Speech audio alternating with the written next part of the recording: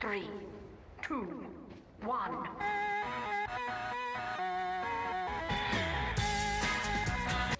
Hey guys, and welcome to another gameplay commentary by me, brought to you on the YouTubes. And today I'm going to be playing some Spy, as always, my favourite class in the game of Team Fortress 2.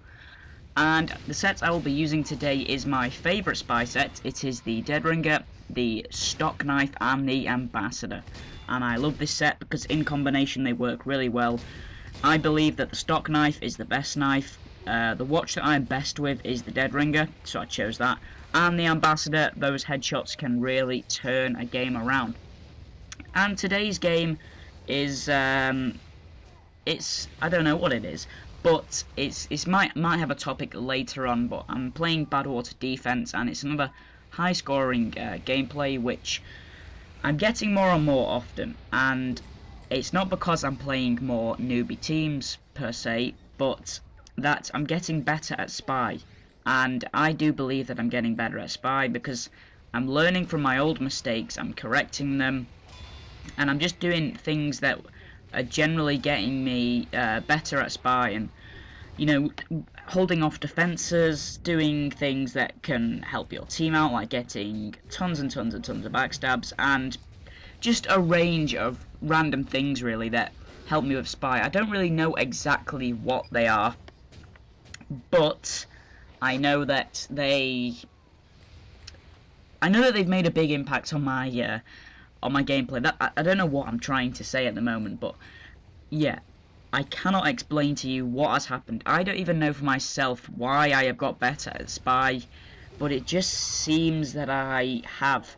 And today I'm going to be playing on some weird ass server. It wasn't my wire play as usual, and the reason I just realised that because the respawn times are longer, and for wire play it's kind of good for me because I'm kind of lazy. I don't really want to edit out the respawn times, and I've just seen that there's actually some big respawn times on this map, so apologies for not editing them out further. I just wanted to jump right into this commentary and get it going. But I think the overall topic near the second sections of this video is not really to do with survival, but a little bit on survival, because I touched on that in my other Spy video, the Survivalist Spy Set Returns, which is the second video for the Survivalist Spy Set. But it's more about how to overcome spy checking, because when you do well as Spy, teams will begin to spy check you more often, or certain people will go certain classes such as Pyro, for example, and they will try and bring you down. And it's not a video on dealing with Pyros. I have yet to make one of those.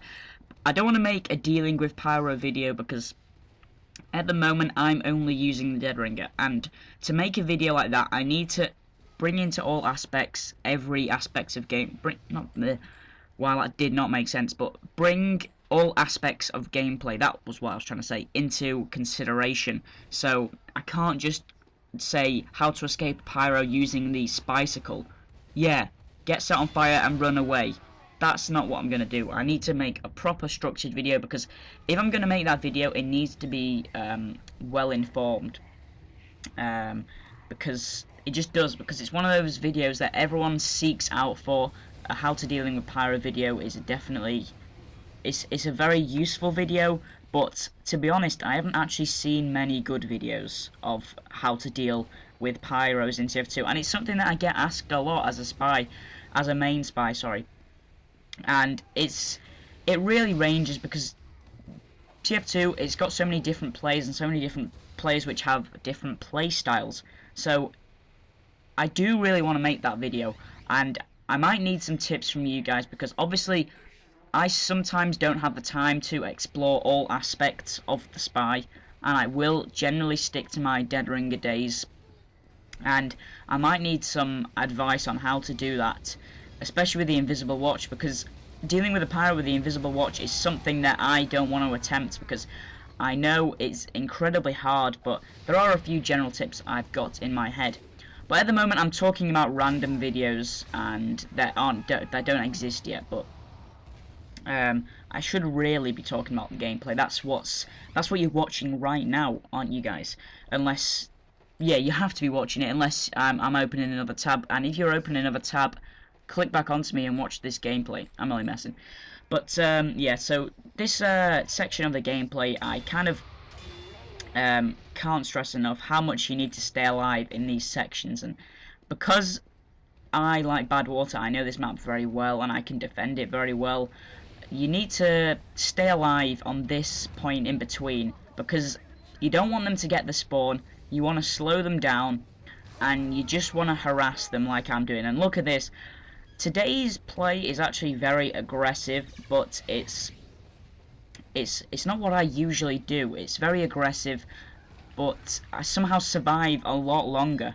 For some reason, maybe it's because it's unpredictable, or it's just overly aggressive, but the team did get kind of owned by me, and the team did say at the end of the game that I was a good spy and I completely destroyed the team, which was kind of true in a sense. I didn't really see much of my teammates, but that's usually what happens with spy anyway. You never really see much of your teammates because you're usually deep behind enemy lines and you don't have time to be pulling back, and the only time you should really be pulling back is for health, for ammo, or to just provide more firepower. I mean, the Ambassador is a very good weapon to provide firepower, and you should see that thing in action. I mean, I'm definitely not the best example of the Ambassador users, but if you go watch someone like Stabby and watch them get 3 headshots in a row and completely halve a team with just a couple of pistol shots, it's quite inspiring. And obviously, as a wannabe spy, I do get inspired by people like Stabby and I end up failing, and I am no Stabby. I am nothing compared to that, but I can do well as a spy. I can hold my own, I can rip a team apart, and that's something I'm quite proud of, and that's something that I really don't quite get with other classes, and I don't know why. I think mainly because I've played it more and maybe watched more YouTube on a spy as well, and I definitely understand the class more. I mean, I think it's one of those classes where it's a very, I'm trying to think of the words for this, but it's a very in-depth or very hard to understand character in Team Fortress 2, class, why am I saying character, class in Team Fortress 2. And once you learn that complicatedness, that's when you'll start to own. Whereas I think with Soldier, even though it is, or I'm not just Soldier, but even though it is complicated or complex, there are some, elements that are just simple. I mean, rocket jumping, it has complexities to it, but the basics is just you shoot, you crouch, and you jump all at the same time, and that's the basics. Whereas Spy, knowing when to cloak, knowing when to disguise, when to change disguise, when to strike, when not to strike, what knives to use, etc, etc, etc, and it can get quite hard at times.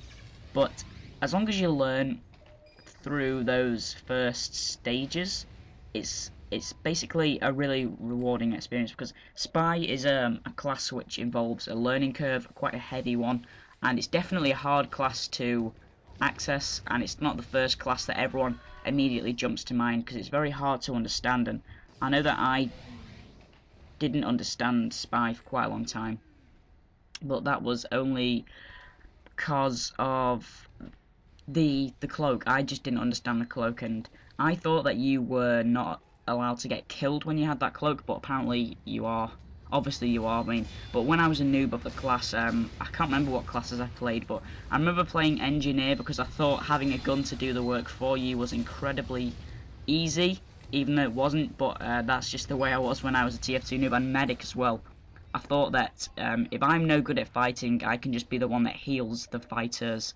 So Medic and Engineer were two of my, attracted to classes, and they're two of my most played classes. I mean, I think the order is Spy, Engineer, Medic are my 3 top played classes, and you kind of might be able to tell that from my channel videos. I mean, I have uploaded a lot of Engineer gameplays, and I've got some nice spots as well for Engineer, but Medic not as much, and the only reason that is because I don't think that Medic provides that much of an interesting gameplay, and not many people want to see it. I mean, I would love to make it, but I don't think you guys would enjoy it, and there's not many playstyles for Medic. I mean, you've got the Kritzkrieg and the normal Medigun. They're the only 2 solid options. I mean, the other 2 are just gimmicks. They're not proper. They're not used in the professional standard standards of the gameplay.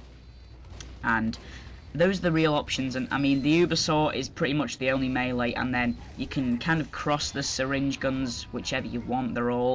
I'd say they're all okay or all good. Maybe the Overdose. I used to like the Overdose, but I don't like the Overdose anymore. Apart from that, though, they're all pretty much good. But Medic, there's just, I don't know. You can tell me what you think of it, but having to heal someone as a gameplay, I just don't think you guys would be interested in it. But I actually love Medic as a class anyway.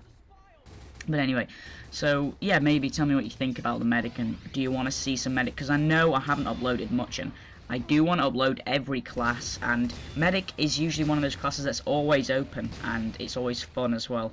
And some people say that Medic is not a fun class, but really it is. Anyway, I'm getting off topic again. I should be talking about how to deal with spy checks, and I'm going to give you some tips, but like I've said in previous spy videos, what works for me doesn't necessarily work for you. And you need to understand that, because first thing you need to know for dealing with spy checkers is you need to know your map knowledge, and this is absolutely essential, because you need to know the vantage points, the health packs, the ammo packs, because you're going to want to get that cloak and you want to get that health. You also need to know your enemy. By the time that they have started I don't know the word for it, but they've thoroughly, that's a good word for it. By the time they've started thoroughly spy checking, you will know your enemy, because look at this stage in the game. It's near the end. I know my enemy. I know who can aim. I know who is competent, who is good at shooting their pistol, because this guy isn't. And I think this guy was actually called Pazza something, and it's weird that a guy called Pazza was in my game. Anyway, maybe he's trying to copy me and be an identity thief, but you need to know your map knowledge, you need to know your enemies, and you need to be unpredictable. Look at this. I mean, I do die here, but look at this guy. He's just like, what the hell is going on? I thought I got that headshot. Apparently I didn't. But you need to be unpredictable, and you see how I camped in that corner? I'm not going to do that again, because why? Because it's not unpredictable. You need to be unpredictable. So use your different vantage points, use all the areas of the map, know your enemy, and just find what works, rinse and repeat. And obviously it will not work forever, because they will get used to the old habits, but you should be able to find something that generally works. I mean, there's certain types of stab that work literally every time, such as the corner stab and the drop stab. I mean, if you drop stab on an enemy, the enemy don't, they don't check. Who checks above them? So when you're checking for a spy, you turn all around. You look behind you, look in front of you, you look to the sides, but you never look up. And that's a good place to get those drop stabs. And stair stabs can kind of be incorporated to that, but at this stage in the game, I think pretty much the majority of people know about stair stabs, and I find them very hard to pull off and not very rewarding. And I see so many spies that are my subscribers that join me in game, and they play against me as a spy, and I see them trying to stair stab in an unnecessary situation. I mean, you don't need to stair stab all the time. You've got to realise, you've got to weigh up the options. It's not because you can't just think there's some stairs, let's stair stab. You've got to weigh in all your options, such as what is the enemy like? What class is it? Are they expecting this? Is it worth me doing this? If you are on 2 health and you're on, not 2 health, but maybe 5 health and you're on fire, and you can't reach a health pack, then it's a good idea to stair stab. But if you are on 100 health without a dead ringer charge, it's worth you just running straight forward and getting that ammo pack and feigning and then escaping. That is going to be much more rewarding in the long term than risking your life at a stair stab. And it's a hard thing to balance. I mean, it's so rare that I stair stab. I mean, I could stair stab a lot more often, but I just choose not to. One, because it's a high risk for not a high reward. It's 1 backstab, and it may look fancy, but when you come down to the statistics, it's 1 backstab. And think if I survive this, then you might be able to get 3 backstabs or a chain stab. So I'm going to advise you guys, just don't stair stab as often, because I've seen that quite a lot with my subscribers that play spy. And if you want to get better, I mean, yes, it provides some snazzy, entertaining gameplay, and if you make frag videos, then that's good, but Team Fortress 2 is not just about frag videos.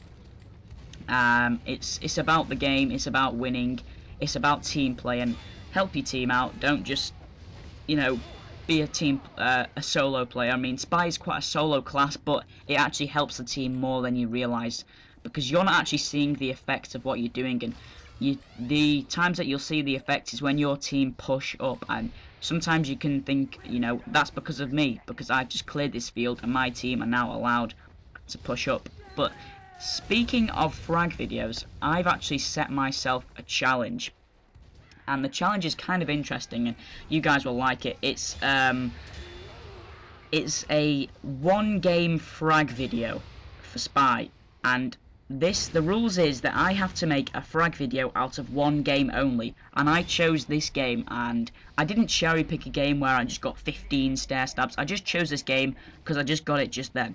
So I chose this game, and my challenge is to make this gameplay into a frag video, only using this gameplay. Obviously the clips aren't going to be that good, but there are going to be some it's just basically a challenge to see what I can get, so this is going to be entertaining for me and you guys, so look forward, or it might even already be out by the time I'm uploading this, but look forward to that 1-game frag video and see what you think of it. And if it becomes popular, I'll maybe do this more often and make a 1-game frag video every week and just see what the results are. So thank you for watching, guys. As always, have a nice day, and I will see you later.